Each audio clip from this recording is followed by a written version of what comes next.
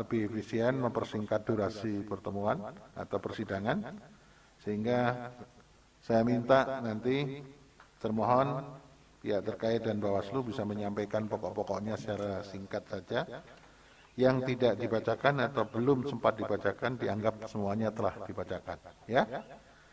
Karena nanti dokumen-dokumen yang bersifat tertulis dengan seluruh buktinya juga akan dipelajari dan kita lihat bersama. Ya. Dokumen sudah sampai kepada semua pihak sesuai dengan nomor perkaranya. Baik, kita mulai dengan perkara 33. Silahkan termohon untuk menyampaikan. Baik, terima kasih. Sambil saya supaya cepat, ya. Baik, terima kasih kesempatan yang mulia. Saudara mengajukan eksepsi? Benar yang mulia. Eksepsinya mengenai apa? Ada beberapa bagian-bagian mengenai eksepsi. Yang pertama itu mengenai kewenangan Mahkamah Konstitusi. Kenapa kewenangannya? Ya, menurut termohon, Mahkamah Konstitusi tidak berwenang memeriksa, mengadili dan memutus perkara perselisihan penetapan perolehan suara dan hasil pemilihan Bupati Oku Selatan berdasarkan.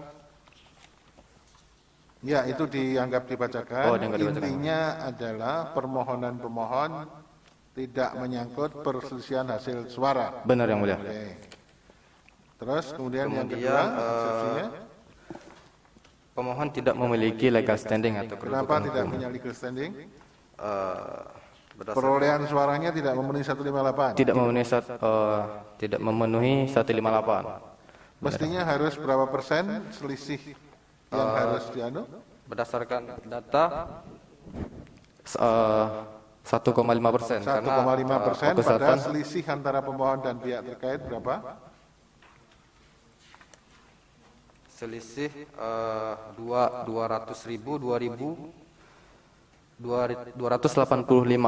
suara, dan itu jauh melebihi 1,5% yang mulia. Ya, lebihnya berapa itu, berapa persen? Antara perolehan suara pasangan Popo dengan kolom kosong selisihnya banyak sekali ya. Banyak sekali yang mulia. 200.000 lebih ya. Ya, nanti presentasenya dihitung, kita hitung sendiri. Terus yang mulia, bahwa pemohon tidak jelas atau obscurable. Ya, tidak jelasnya kenapa?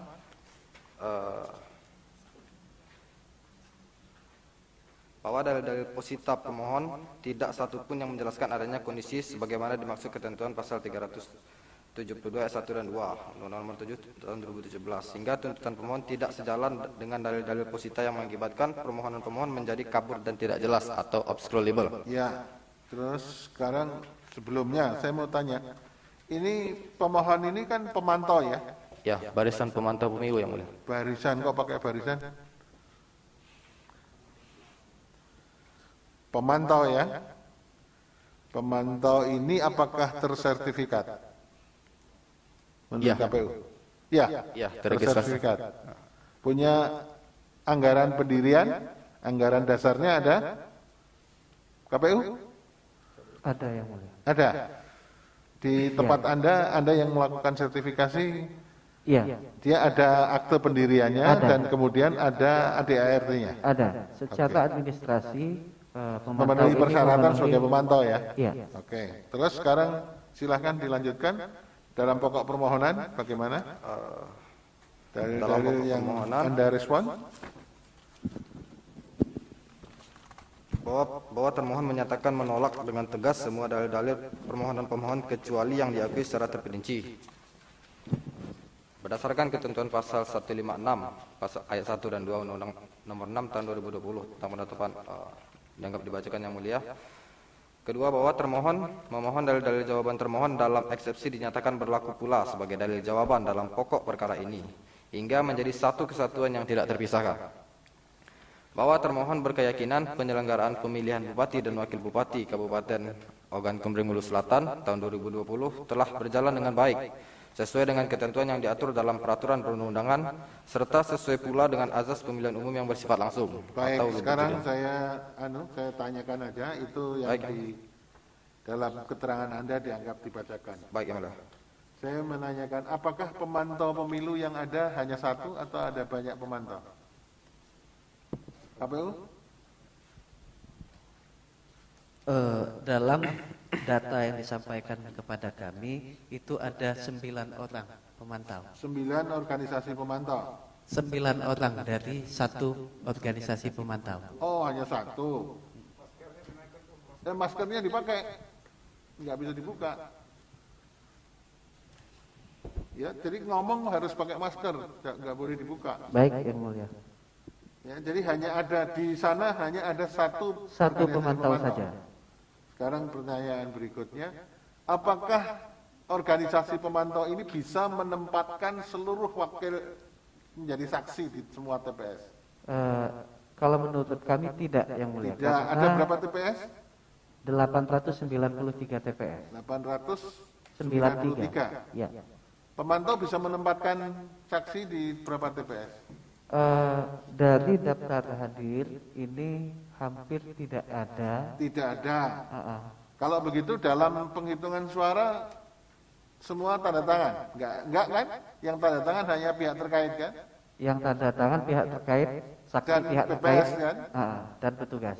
Panwas di situ ada? Ada pengawas TPS. Nah, sekarang pertanyaannya, apakah ada masalah di TPS pada waktu penghitungan suara di 893 ini? Dalam model kejadian khusus kami itu tidak ditemukan adanya permasalahan atau kendala. Berarti proses penghitungan suara di TPS nggak ada masalah? Betul. Proses di PPK. TPK? Sama, TPK ya. gimana? Betul. Ada masalah? Sama. Semuanya berjalan dengan baik tanpa Sampai adanya di kendala. pleno kabupaten? Betul. Oke. Ya, kalau begitu sekarang petitumnya silakan. Baik, Yang Mulia. Silakan, Prof. Terima kasih Pak Ketua. Ini ke KPU ya. Halo KPU. Ya. Iya. Ya. Nah, ketika Anda menerima pendaftaran apa ini? Pemantau pemilu ini, berapa orang anggotanya? 9 dari kata Anda ya? Betul. Ada ketua, ada sekretaris nggak? Ada.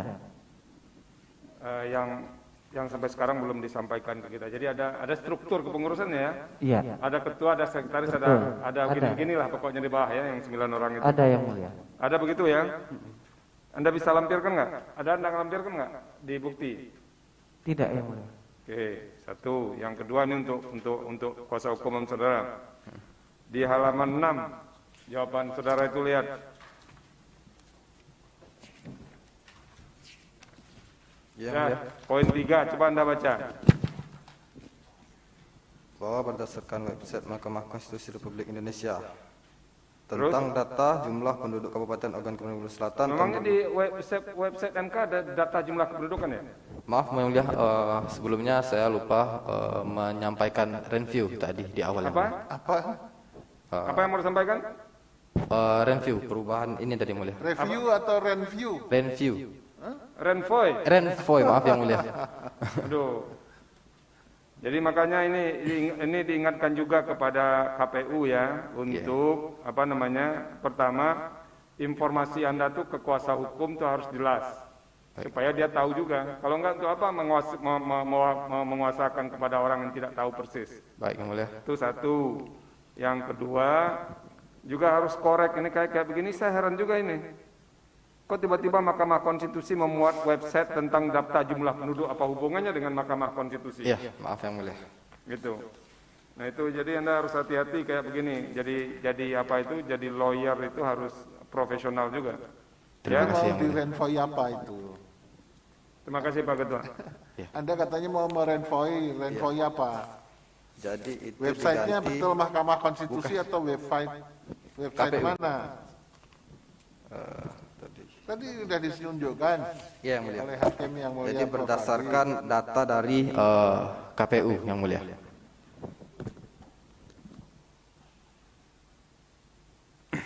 Ya. Ya, Yang Mulia. Sekarang tinggal petitum itu. Kalau Anda tadi sudah saya anukan, silakan petitumnya. Baik, terima kasih Yang Mulia.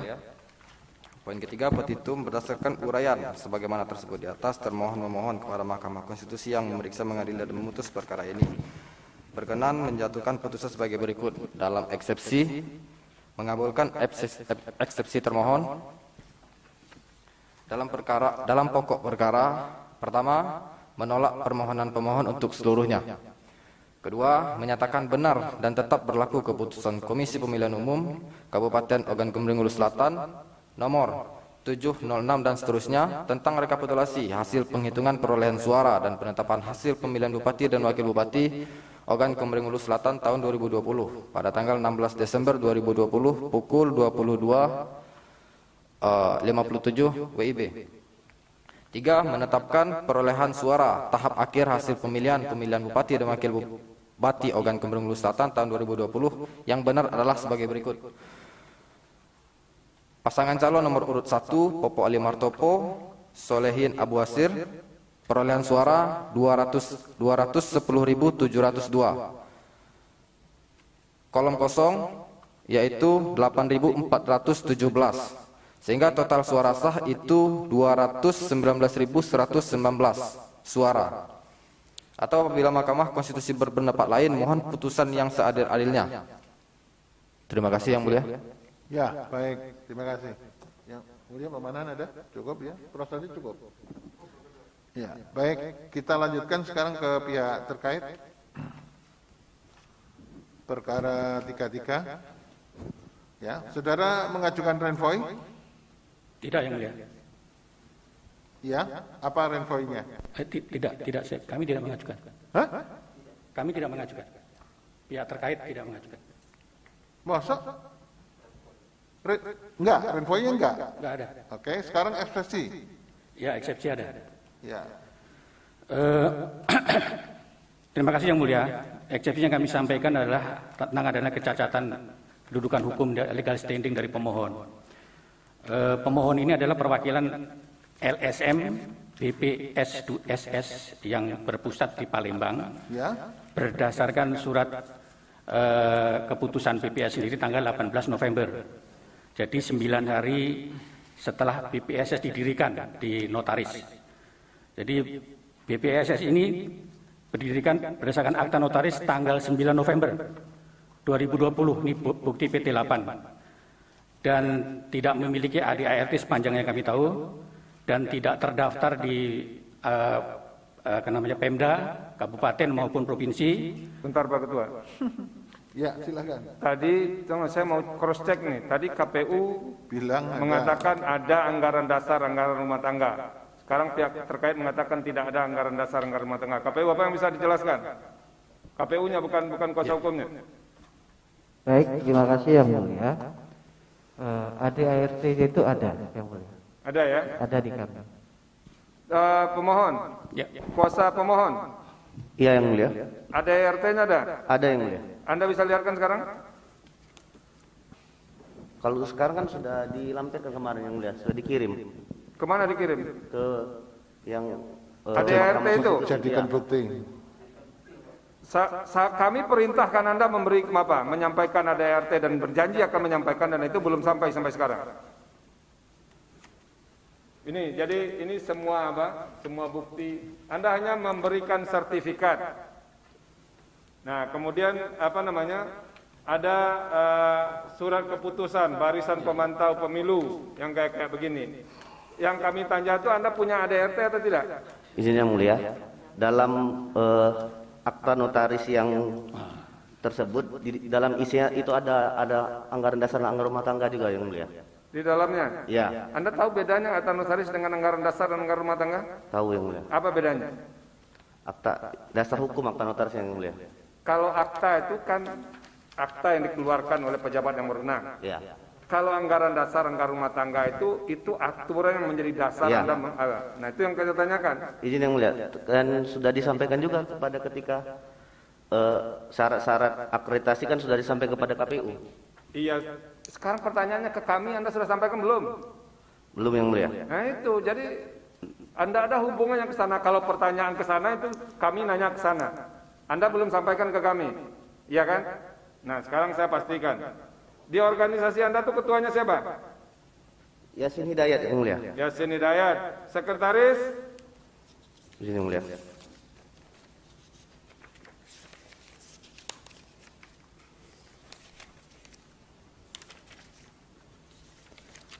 Siapa yang jadi sekretarisnya? Bentar Yang Mulia. Elva Rizal. Siapa? Elva Rizal. Oke, yang mengajukan permohonan ini siapa? Ketua yang mulia. Ketua, oke. Terima kasih Pak Ketua. Ya, baik. Ya, jadi menurut pihak terkait tidak terakreditasi. Ya, hah?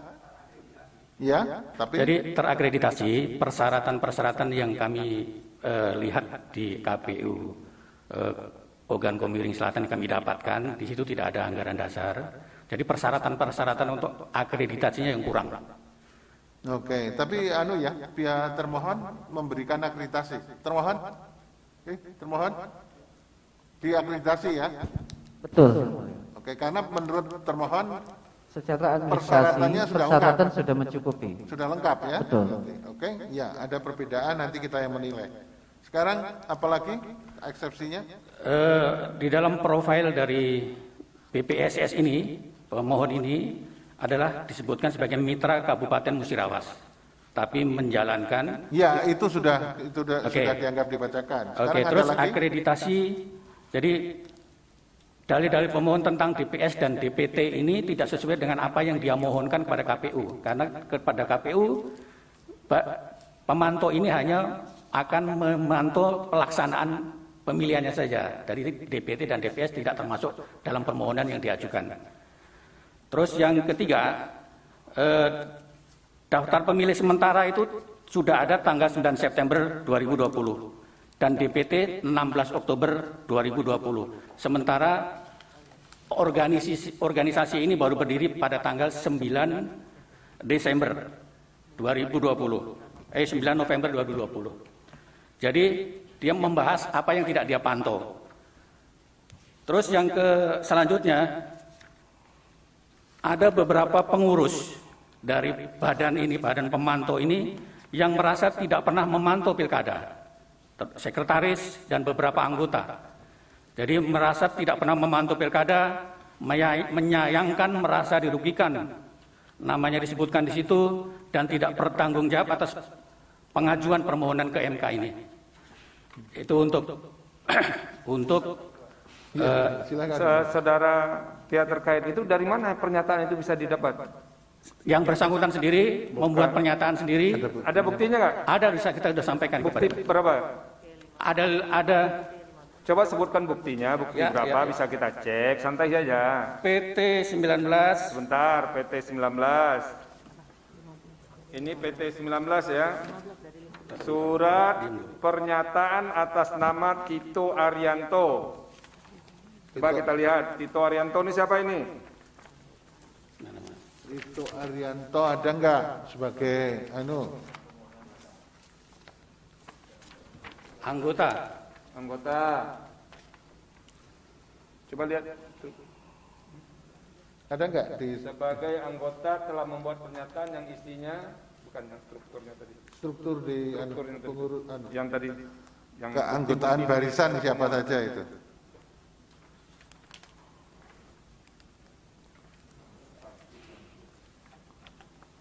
Di sini ada Tito Arianto ya.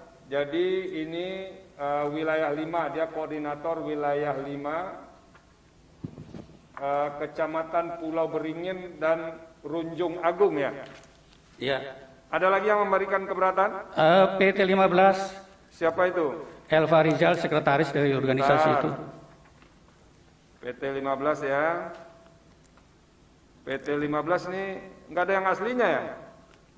Ada aslinya? Ada aslinya di sana. Oke. Ada. Oke.